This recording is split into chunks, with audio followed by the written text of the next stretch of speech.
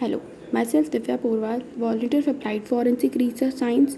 This video contains forensic science important sections in Indian Penal Code 1860, Series 3.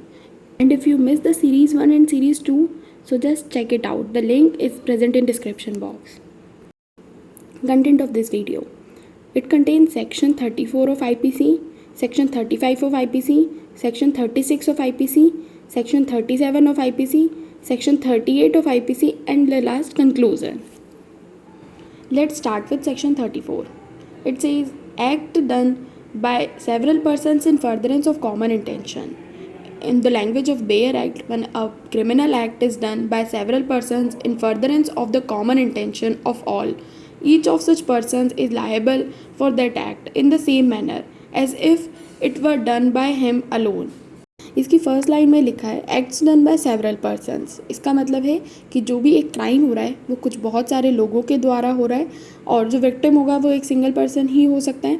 और इसके अंदर है कि इंटेंशन देखा जाता है कि क्रिमिनल्स जो हैं उनका क्या इंटेंशन है सामने वाले को मारने का। अगर वो बहुत सारे लोग एक ग्रुप में क्राइम कमिट किया गया है तो सबका इंटेंशन, सबकी सहमति थी कि वो उस विक्टिम को मारेंगे, तो इसके अंदर ये देखा जाएगा कि सबका सेम इंटेंशन था for murder. Section 35. When such an act is criminal by reason of its being done with a criminal knowledge or intention. Whenever an act which is criminal only by reason of its being done with a criminal knowledge or intention is done by several persons, each of such persons who joins in the act with such knowledge or intention is liable for the act in the same manner as if the act were done by him alone with that knowledge or intention. ये section कहता है कि अगर कोई भी एक group में persons जो हैं वो क्रिमिनल क्राइम कमिट कर रहे हैं और जो वो क्रिमिनल्स हैं ग्रुप में हैं तो सबका इंटेंशन सेम होगा, सबको पता होगा कि क्या कमिट होने वाला है, मर्डर है, थेफ्ट है, सबको पता है। ग्रुप में जितने भी लोग हैं सबको आइडिया है कि क्या कौन सा क्राइम कमिट होने वाला है, तो सबके पास नॉलेज भी है उस क्राइम की और इंटेंशन भी है।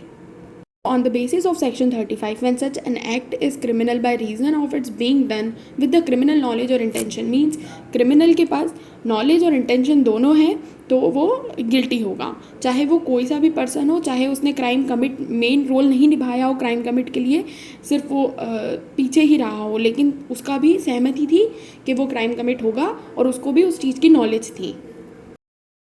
Next is Section 36. Effect caused partially by act or partially by omission. Whenever the causing of a certain effect or an attempt to cause that effect by an act or by an omission is an offense, it is to be understood that the causing of that effect partially by an act or partially by an omission is the same offense. इस section के अंदर लिखा है कि effect cause by partially by act और partially by omission. जो crime commit होगा वो पूरा एक साथ नहीं होगा, पार्शली बाय एक्ट और पार्शली बाय ओमिशन होगा। एक्ट और ओमिशन जो है वो सेक्शन 33 के अंदर डिफाइन किए गए हैं। The word act denotes as well a series of acts as a single act. The word omission denotes as well a series of omissions as a single omission. इसका मतलब है ओमिशन मतलब है कि जो भी अपन कुछ चीज़ दे रहे हैं सामने वाले को, जैसे कि फूड दे रहे हैं तो वो ओमिशन के अंदर आएगा। उसका फूड को थोड़ा थोड़ा करके दिया जाता है, जैसे कि अपन इफ़ रेड पॉइजन दे रहा है कोई तो उसको भी कम कम क्वांटिटी में दिया जाता है ताकि सामने वाला इंसान मर जाए। और एक्ट मतलब होता है कि एक ही बार में एक्ट करना, कुछ भी जैसे बीटिंग करना उसको एक्ट कहते हैं, थेफ्ट करना उसको एक्ट कहते हैं। इसके अंदर एक इलस्ट्रेशन दिया गया है। ए इंटेंशनली कॉजेज जेड्स डेथ। ए ने इंटेंशनली चाहा कि वो जेड को मारेगा, लेकिन partially by omitting to give food and partially by beating to Z. A committed murder. A ने जेड को मारा लेकिन पार्शली आधा फूड दे करके, जैसे कि फूड में जहर मिला करके, और आधा बीटिंग करके उसको मार करके उसको किल कर दिया। Section 37. Cooperation by doing of several acts constituting an offense. When an offense is committed by means of several acts, whoever intentionally cooperates in the commission of that offense by doing any one of those acts, either singly or jointly with any other person, commits that offense. Okay, so ये act के अंदर कहा गया है कि साथ देना, सहयोग करना, जैसे कि इफ़ कोई भी एक पर्सन है जो कि चाहता है कि वो, जैसे ए है वो जेड को मारना चाहता है, लेकिन बी उसका साथ दे रहा है क्योंकि बी उसका दोस्त है या उसकी पहचान का है, तो बी भी सेम सज़ा का पात्र होगा। और बिकॉज बी को पता था कि ए कौन सा क्राइम कमिट करने वाला है और फिर भी उसने उसका साथ दिया, उसको पता था, उसको नॉलेज थी इस चीज़ की। There are 3 illustrations of section 37 are: first, A and B agree to murder Z by severally and at different times, giving him small doses of poison. A and B administer the poison according to the agreement with intent to murder Z. Z dies from the effects of several doses of poison. So, administered to him. Here, A and B intentionally cooperate in the commission of murder, and as each of them does an act by which the death is caused, they are both guilty of the offense through their act and separate. इस illustration का मतलब है A and B agree to murder Z. A और B दोनों Z को murder करना चाहते थे, दोनों को पता था कि मर्डर होगा, और by severally and at different times giving him small doses of poison, उसको थोड़ा थोड़ा डोजेस पॉइजन का देते थे और चाहते थे कि जेड मर जाए, और दोनों थोड़ा थोड़ा डोज देते थे, इसलिए दोनों का इंटेंशन था पूरा पूरा जेड को मारने का। Second illustration, A and B are joint jailers. A and B जो थे वो जॉइंट जेलर्स थे, and as such save the charge of Z, और जेड को चार्ज करते थे। जेड प्रिजनर था alternatively for 6 hours at a time, दोनों का टाइम था कि एक जना 6 घंटे रुकता है, फिर अगला जना 6 घंटे ड्यूटी करता था। A and B intended to causing जेड्स डेथ, ए और बी चाहते थे कि जेड को मारना है।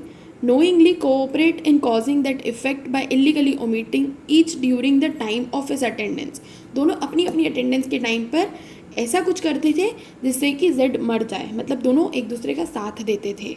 ए और बी ने जेड को किस तरीके से मारा, उसको जब भी दोनों का सिंगल टर्न आता था, 6 घंटे का टर्न आता था, तब वो जेड को खाना नहीं देते थे, तो हंगर के मारे जेड की डेथ हो गई। तो दोनों का इंटेंशन था, ए और बी का सहयोग था, साथ में दोनों ने मिल करके जेड को मारा।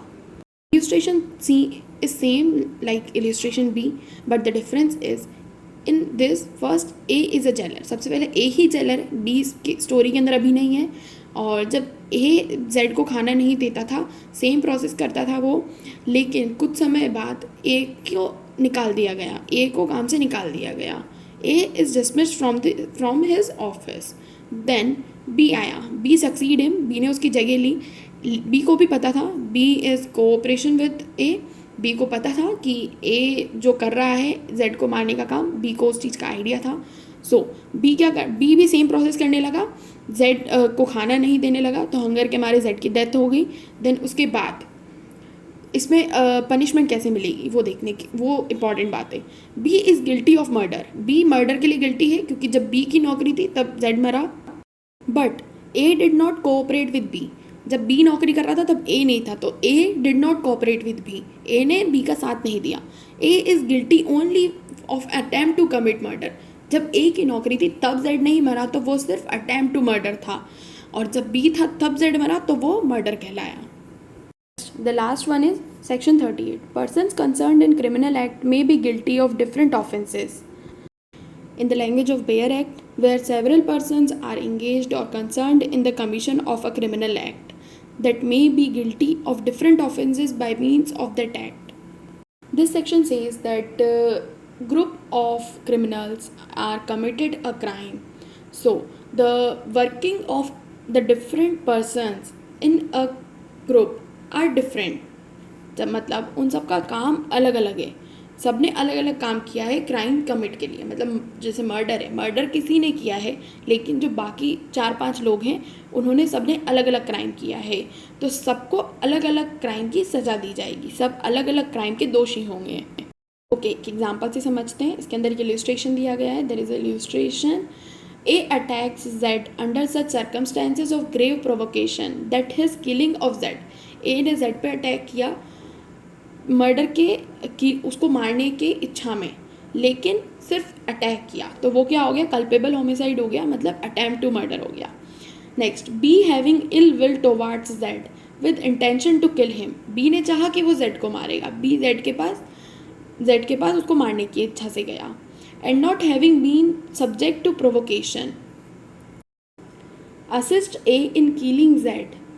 Here, through A and B are both engaged in causing Z's death. A और B दोनों Z की डेथ के लिए शामिल थे, लेकिन B is guilty for murder. B murder के लिए गिल्टी इसलिए है क्योंकि B ने चाहा कि वो मारेगा, मारा भी सही, B ने Z को मार दिया. And A is guilty only for culpable homicide. Why? Because A does not kill Z. A only attacked to Z for the intention of killing. So the conclusion is everything depends on intention. The first thing which is seen at the time of investigation is intention.